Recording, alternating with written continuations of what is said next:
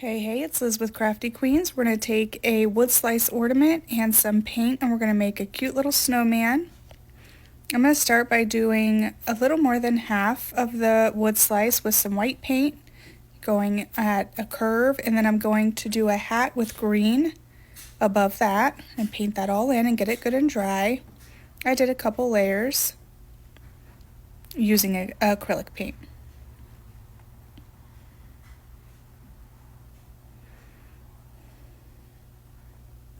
Once that was all dry, I took a pencil and I wanted some really big eyes. I wasn't even going to do a mouth, but we ended up doing a cute little mouth as well.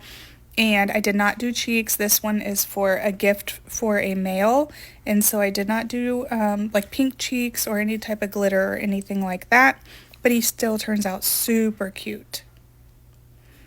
So once I trace it all, or draw it all out with my pencil, I go in with the paintbrushes and trace it all out with our paint. This one's going to have blue eyes since I did a green hat. You could do brown, whatever you like. We're going to give them some small little eyebrows. I try not to go too crazy on the lashes. And then we're just going to outline things to make it look a little more whimsy. There's where I decided to put a little mouth in. We're going to give him some eye shine.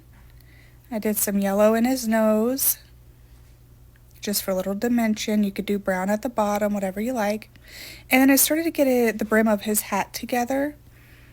I don't know why I had such a fuss with this, because I did a Santa a few weeks ago, and I don't know why I didn't just do it the same way, but I was just going. I was just going.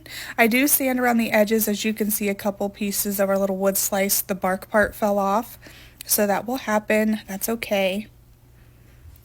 But I eventually get everything kind of looking where I want it. So, like I said, we're going to outline in black.